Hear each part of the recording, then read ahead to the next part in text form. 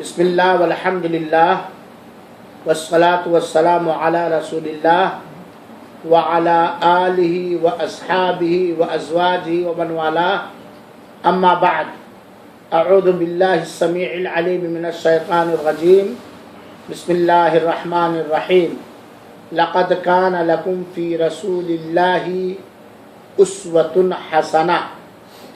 میرے مسلمان بھائیوں اور ساتھیوں، آج شعبان کی 2 تاریخ ہے، 2 شعبان سن 1438 جمعہ کا دن ہے، اور انگریزی حساب سے کتنی تاریخ ہے آج؟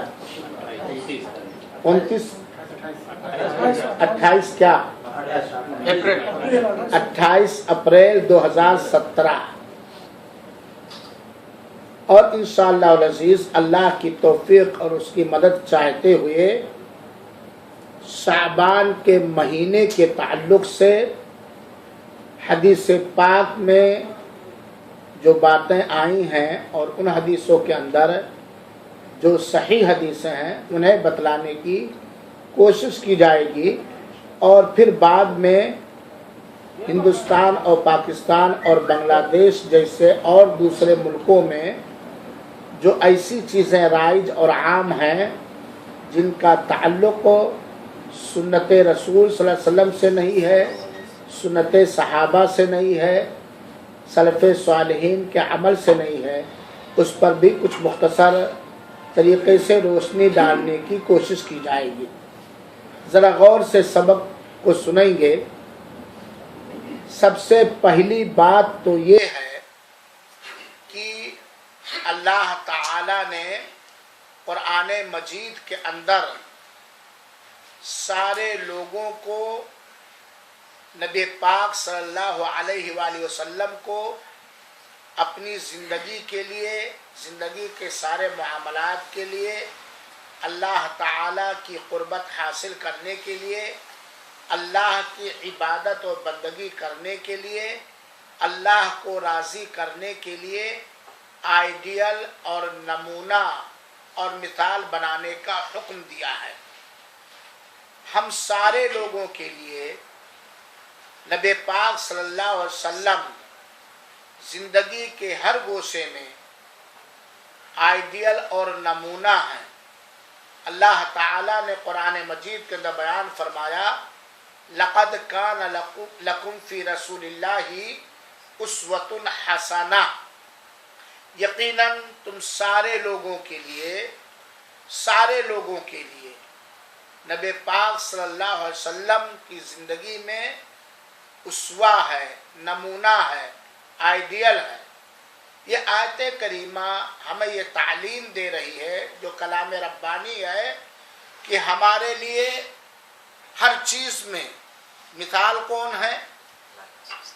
نبی پاک صلی اللہ علیہ وآلہ وسلم ہے۔ گویا ہمارا کوئی بھی عمل، اور خاص طور پر وہ عمل جس کا تعلق عبادت سے ہے، بندگی سے ہے، دین کے کسی کونے اور گوشے سے ہے، اس میں خاص طور پر ہمارے پیارے حبیب صلی اللہ علیہ وسلم ہمارے لیے آئیڈیل، مثال اور نمونہ ہے۔ گویا انہیں اپنے لیے نمونہ بنانا ہے اور انہی کے بتائے ہوئے اور کیے ہوئے طریقے اور راستے پر چلنا ہے۔ پیارے حبیب کیوں ہمارے لیے آئیڈیل ہیں؟ پیارے حبیب جناب محمد صلی اللہ علیہ وسلم ہمارے لیے نمونہ اقدام اور مثال کیوں ہیں؟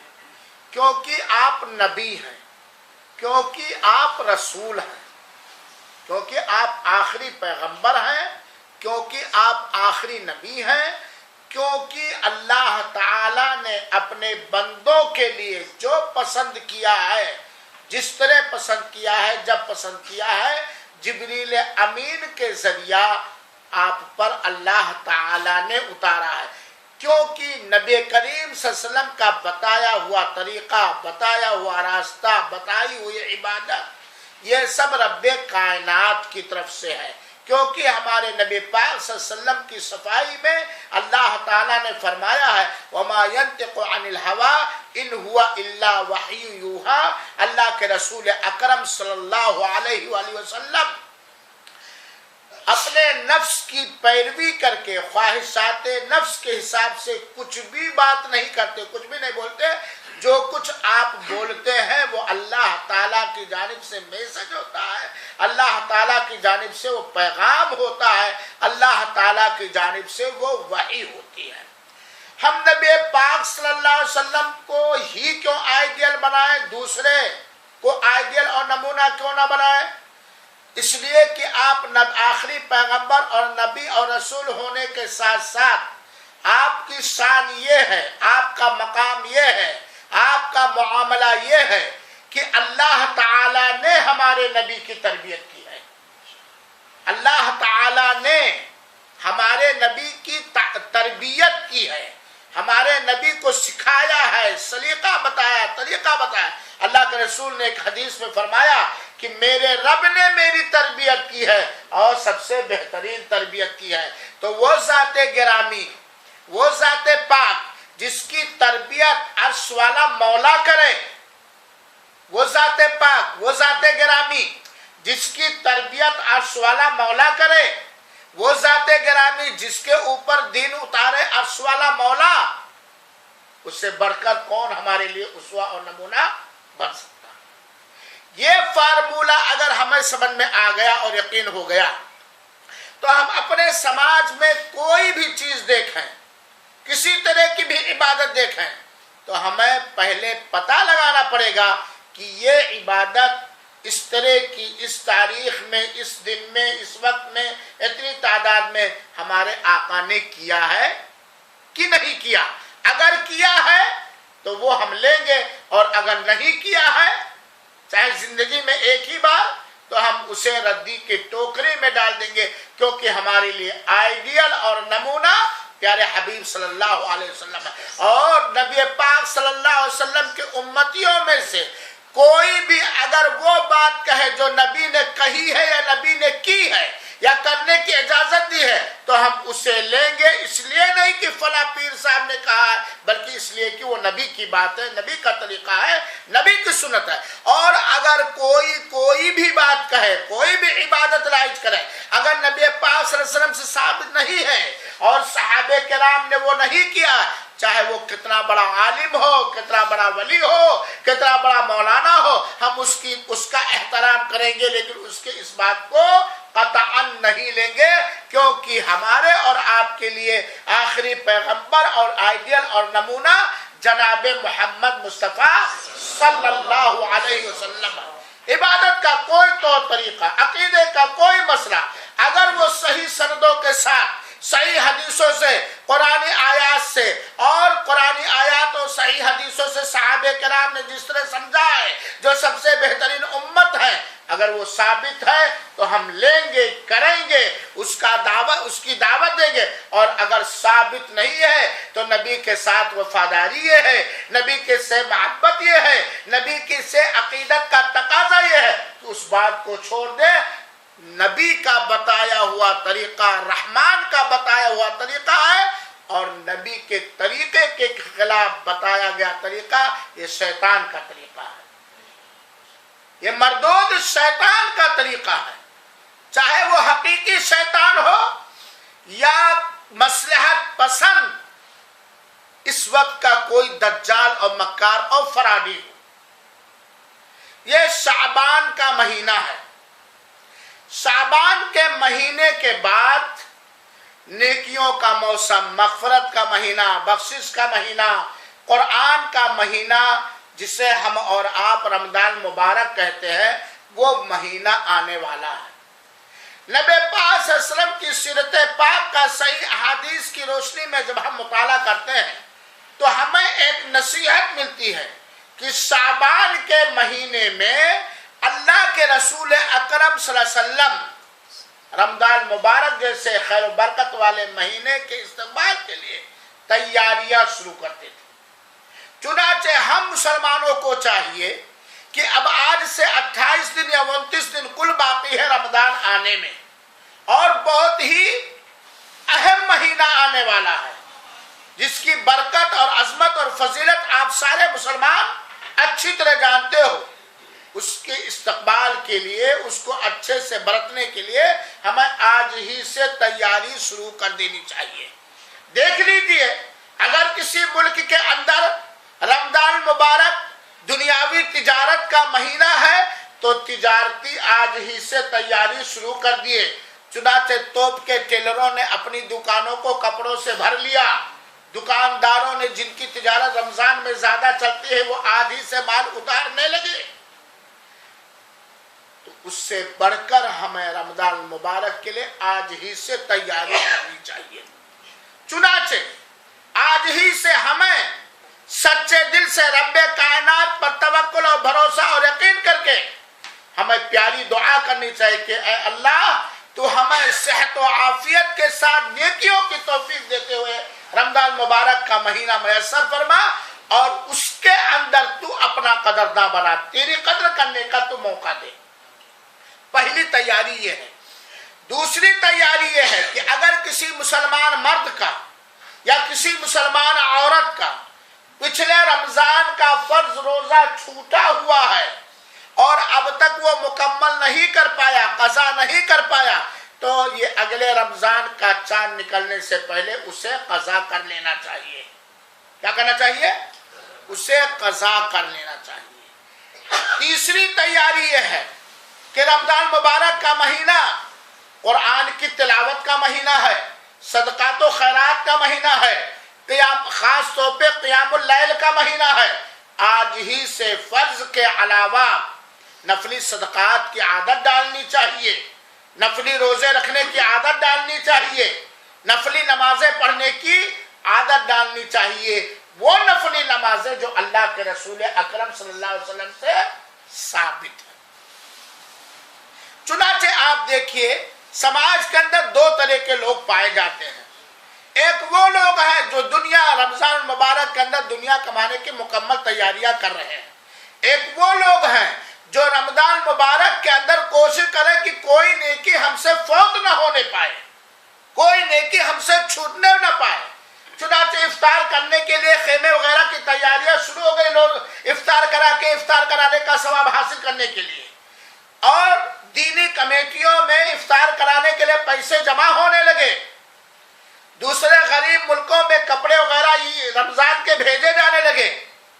چنانچہ ہمیں بھی اس مہینے کے اندر خاص طور پر رمضان مبارک کا مہینہ ہے، اس کی ہمیں تیاری کرنے کا۔ آپ لوگ سنجیدہ سمجھ والے ہیں، آپ کے یہاں اگر کوئی قیمتی جوہر اور دولت آنے والی ہو تو کیا وہ دولت آنے کے بعد آپ تیاری کرتے ہیں کہ پہلے ہی سے تیاری کرتے ہیں؟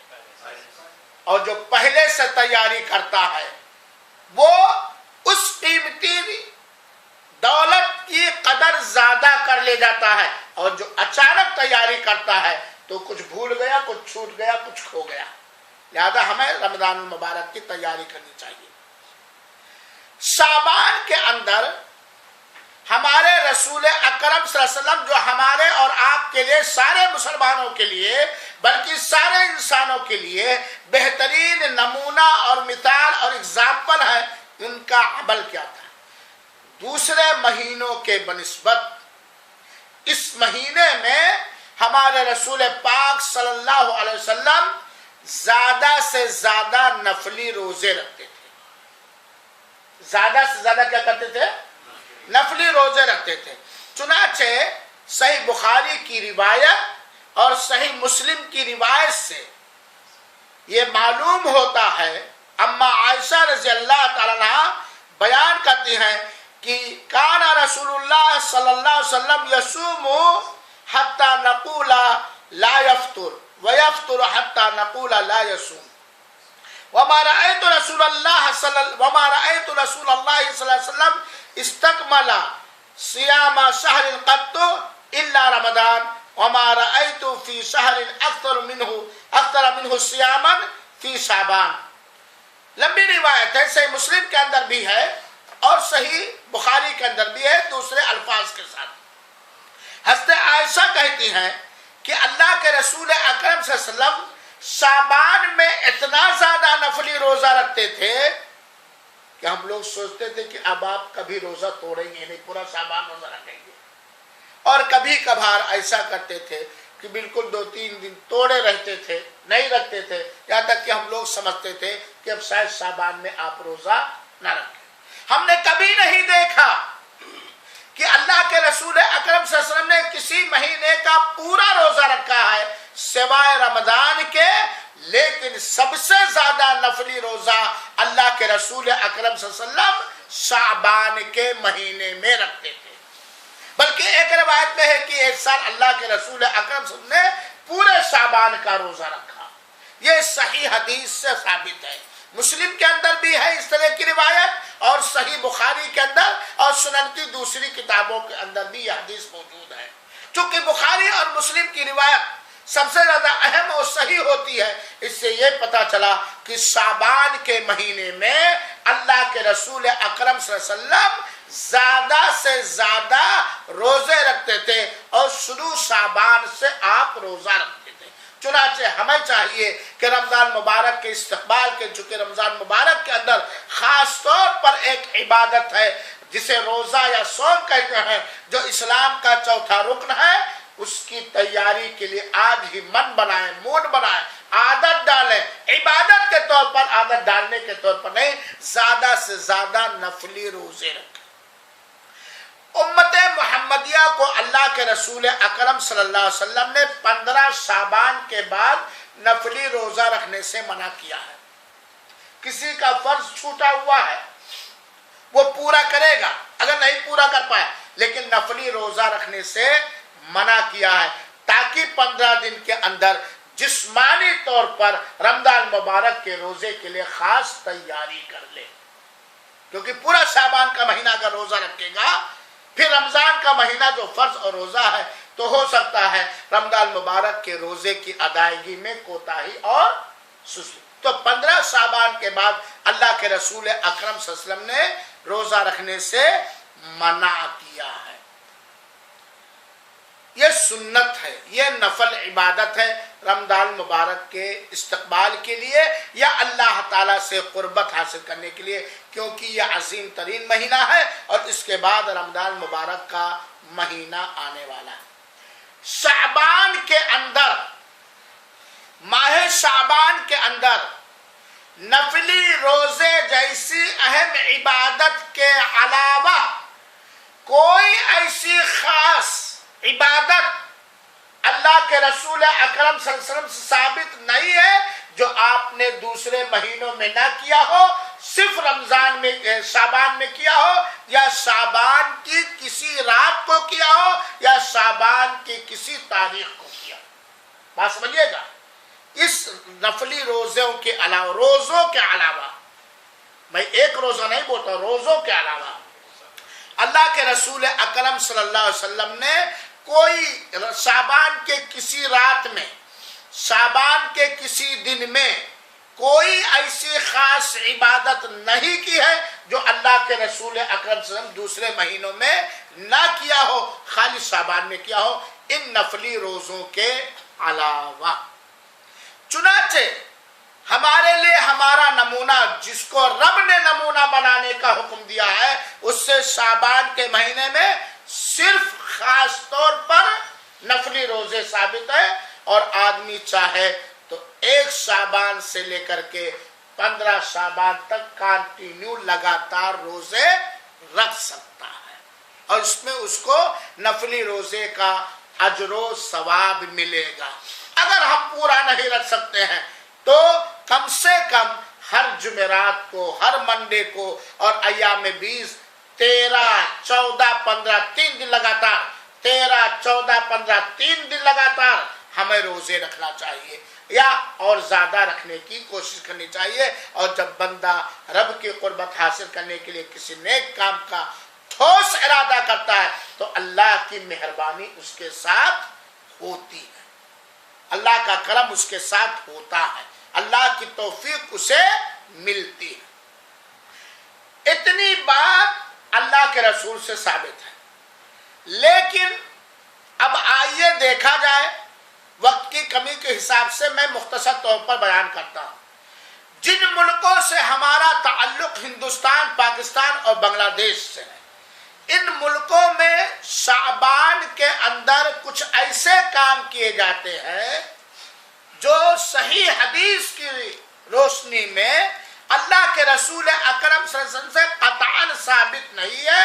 ان عملوں کی بنیاد یا تو ضعیف ترین روایت پر حدیث پر ہے یا من گڑھت روایت اور حدیث پر ہے. کیا کیا کیا جاتا ہے؟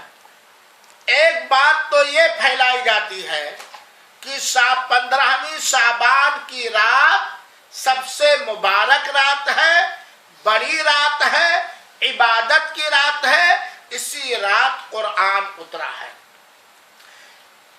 آئیے ایک سوال ہم لوگوں سے کریں کہ قرآن مجید یکبارگی لوح محفوظ یا اللہ کے رسول اکرم سے پر اترنے کی شروعات کس مہینے سے ہوئی ہے؟ اس کا بہترین جواب قرآن دے رہا ہے. قرآن دے رہا ہے. اللہ تعالیٰ نے ایک آیت کریمہ میں فرمایا، سورہ دخان کی آیت ہے، اِنَّا أَنزَلْنَاهُ فِي لَيْلَةٍ مُبَارَكَةٍ. اِنَّا أَنزَلْنَاهُ فِي لَيْلَةٍ مُبَارَكَةٍ. ہم نے اس قرآن کو مبارک برکت والی رات میں اتارا. سورہ دخان کی اس آیت سے کیا پتا چلا کہ قرآن جس رات کو اتارا گیا ہے وہ مبارک رات ہے. پورا لوح محفوظ جس رات کو اتارا گیا ہے کس مبارک رات میں. سورہ دخان کی آیت کریمہ. اور اللہ تعالیٰ نے فرمایا اِنَّا أَنزَلْنَاهُ فِي لَيْلَةِ الْقَدْرِ. ہم نے اس قرآن کو قدر والی رات میں اتارا، جس کو ہم لوگ کیا کہتے ہیں؟ شب قدر. وہ مبارک رات جس میں قرآن اتارا گیا، وہ قدر والی رات، وہ شب قدر جس میں قرآن اتارا گیا، ابھی مہینے کا پتہ نہیں چل رہا ہے. یہی پتہ چلا کہ جس رات قرآن اتارا گیا وہ مبارک رات ہے، وہ قدر والی رات ہے، وہ شب قدر ہے، وہ عبادت والی رات ہے، وہ جگہ کی رات ہے. اس رات میں مختلف طریقے سے نبی کریم صلی اللہ علیہ وسلم سے ثابت سنت عمل، نفل عمل کر کے اللہ کی قربت حاصل کرنے کی رات ہے. جس رات پورے سال کے فیصلے ہوتے ہیں، روزی روٹی عمر وغیرہ کا فیصلہ ہوتا ہے. وہ رات کس مہینے میں ہے؟ آؤ تلاش ہے، قرآن ہی میں تلاش ہے. اللہ تعالیٰ نے فرمایا شہر رمضان الذی انزل فیہ القرآن. رمضان المبارک کے مہینے میں قرآن اتارا گیا. کس مہینے میں اتارا گیا؟ نہ شعبان میں، نہ ربیع الاول میں، نہ رجب میں. قرآن کہتا ہے شہر رمضان. شہر مانے آپ لوگ عربی جانتے ہو کیا ہوتا؟ مہینہ. رمضان مانے رمضان. انزلہ مانے آپ لوگ بھی جانتے ہو عربی میں کہتا ہے نزل نزل نزل، یعنی سامان گاڑی سے اتارو. انزلہ مانے اتارا گیا. شہر رمضان الذی انزل فی، اس میں القرآن، قرآن. اتنا تو عربی جان گے آپ لوگ کی نہیں جانتے.